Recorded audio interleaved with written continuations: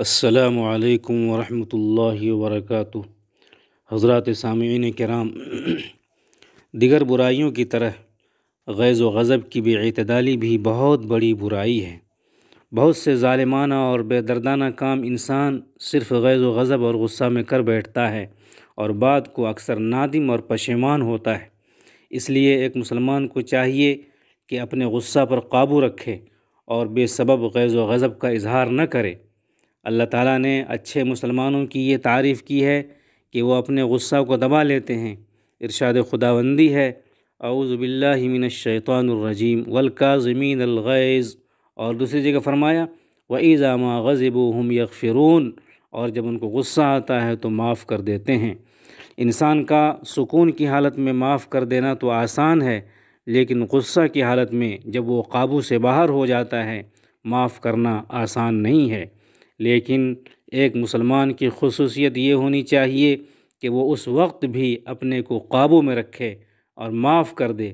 اسی لیے حضرت صلی اللہ علیہ وسلم نے فرمایا کہ پہلوان وہ نہیں ہے جو دوسروں کو پچھاڑ دے، بلکہ پہلوان وہ ہے جو غصہ میں اپنے کو قابو میں رکھے۔ کئی صحابی حضرت ابو ہریرہ، حضرت ابن عمر، حضرت جاریہ بن قدامہ، حضرت ابو درداء رضی اللہ تعالی عنہم سے روایت ہے کہ ایک شخص نے آ کر رسول اللہ صلی اللہ علیہ وسلم سے عرض کیا کہ یا رسول اللہ صلی اللہ علیہ وسلم، مجھے کوئی نصیحت فرمائیے۔ ارشاد ہوا کہ غصہ نہ کیا کرو۔ اس کو انہوں نے معمولی بات سمجھا تو اس نے دوبارہ سہ عرض کیا کہ یا رسول اللہ، مجھے نصیحت فرمائیے۔ تو آپ نے ہر دفعہ یہی فرمایا کہ غصہ نہ کیا کرو۔ مسند احمد میں وضاحت ہے کہ ان صاحب نے آگے چل کر کسی موقع سے بیان کیا کہ پھر میں نے حضور اکرم صلی اللہ علیہ وسلم کی اس جامع نصیحت کے بعد میں نے اپنے دل میں غور کیا تو معلوم ہوا کہ واقعتاً غصہ حقیقت میں ساری برائیوں کی جڑ ہے۔ مشہور صحابی حضرت ابو سعید خدری رضی اللہ تعالیٰ عنہ کہتے ہیں کہ ایک دفعہ حضور صلی اللہ علیہ وسلم نے عصر کی نماز کے بعد صحابہ کرام کو کھڑے ہو کر نصیحتیں فرمائیں، جن میں سے ایک نصیحت یہ تھی، ارشاد فرمایا آدم کے بیٹے کئی طبقوں میں پیدا کیے گئے ہیں، ان میں کوئی ایسا ہے جس کو غصہ دیر میں آتا ہے اور سکون جلد ہو جاتا ہے، اور کسی کو غصہ بھی جلد آتا ہے اور دور بھی جلد ہو جاتا ہے، تو ان دونوں میں ایک بات کی دوسری بات سے اصلاح ہو جاتی ہے، اور کوئی ایسا ہے کہ اس کو غصہ جلد آتا ہے اور دفع بہت دیر میں ہوتا ہے، تو ہاں ان میں سب سے اچھا وہ انسان ہے جس کو غصہ دیر میں آئے اور دور جلد ہو جائے، اور ان میں سب سے برا وہ ہے جس کو غصہ جلد آ جاتا ہو اور دور بہت دیر میں ہوتا ہو۔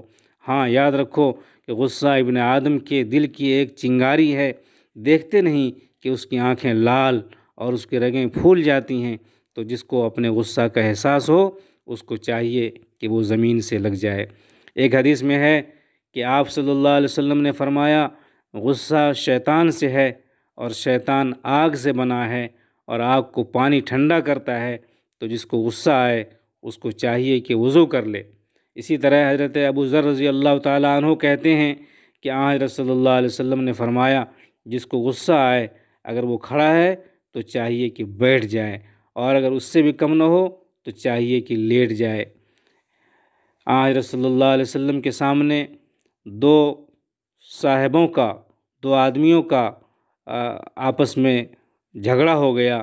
ان میں سے ایک صاحب کو اتنا غصہ آیا کہ چہرہ غصہ سے لال ہو گیا اور رگیں پھول گئیں، تو حضرت صلی اللہ علیہ وسلم نے ان کی طرف آنکھ اٹھا کر دیکھا، پھر فرمایا مجھے ایک ایسا کلمہ معلوم ہے کہ اگر وہ اس کو کہہ لے تو یہ غصہ جاتا رہے گا، اور وہ یہ ہے اعوذ باللہ من الشیطان الرجیم۔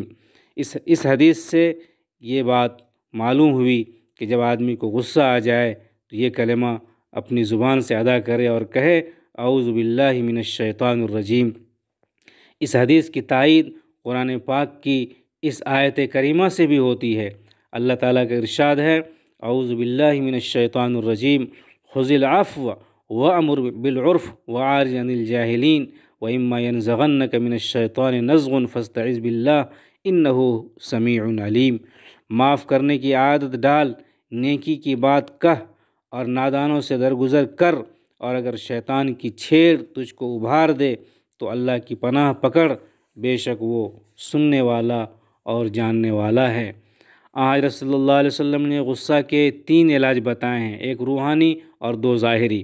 روحانی تو وہی ہے جس کا ذکر قرآن پاک میں ہے، یعنی یہ کہ چونکہ یہ غصہ شیطان کا کام ہے، اس لیے جب غصہ آئے تو فوراً دعا کرنی چاہیے کہ خداوندہ میں شیطان سے بھاگ کر تیری پناہ چاہتا ہوں۔ اعوذ باللہ کا یہی مطلب ہے، خدا اس کی سنے گا اور شیطان کی اس چھیڑ سے اس کو اللہ تعالیٰ محفوظ کر لے گا۔ ظاہری طور سے بھی دیکھیے کہ جب کسی مسلمان کو دل سے یقین ہوگا کہ غصہ شیطانی حرکت ہے تو خدا کا نام لینے کے ساتھ انشاءاللہ اس کا وہ غصہ دور ہو جائے گا۔ 2 ظاہری علاجوں میں سے ایک تو یہ ہے کہ انسان کھڑا ہو تو بیٹھ جائے اور بیٹھا ہو تو لیٹ جائے۔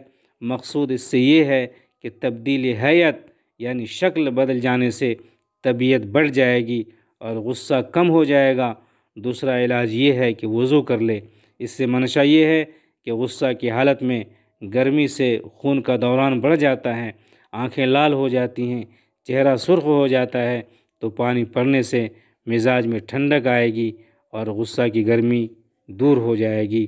اللہ تعالیٰ ہمیں اس مذموم حرکت سے محفوظ فرمائے، اور اگر کبھی بشری اور طبعی تقاضے کے حساب سے، بشری تقاضے کے مطابق کبھی غصہ آ جائے اور زیادتی ہو جائے تو فوراً جو قرآنی علاج ہے اور نبوی علاج ہے، حضور اکرم صلی اللہ علیہ وسلم نے جو علاج ہمیں بتایا ہے، فوراً اس علاج کو اختیار کرنے کی ضرورت ہے۔ وہ یہ کہ اگر ہمیں غصہ آ جائے تو فوراً اعوذ باللہ من الشیطان الرجیم پڑھ لیں، اور 2 علاج حضور اکرم صلی اللہ علیہ وسلم نے یہ بتایا کہ اگر آدمی کھڑا ہو تو بیٹھ جائے، بیٹھا ہو تو لیٹ جائے، اور اگر زیادہ غصہ ہو تو چاہیے کہ وضو کر لے۔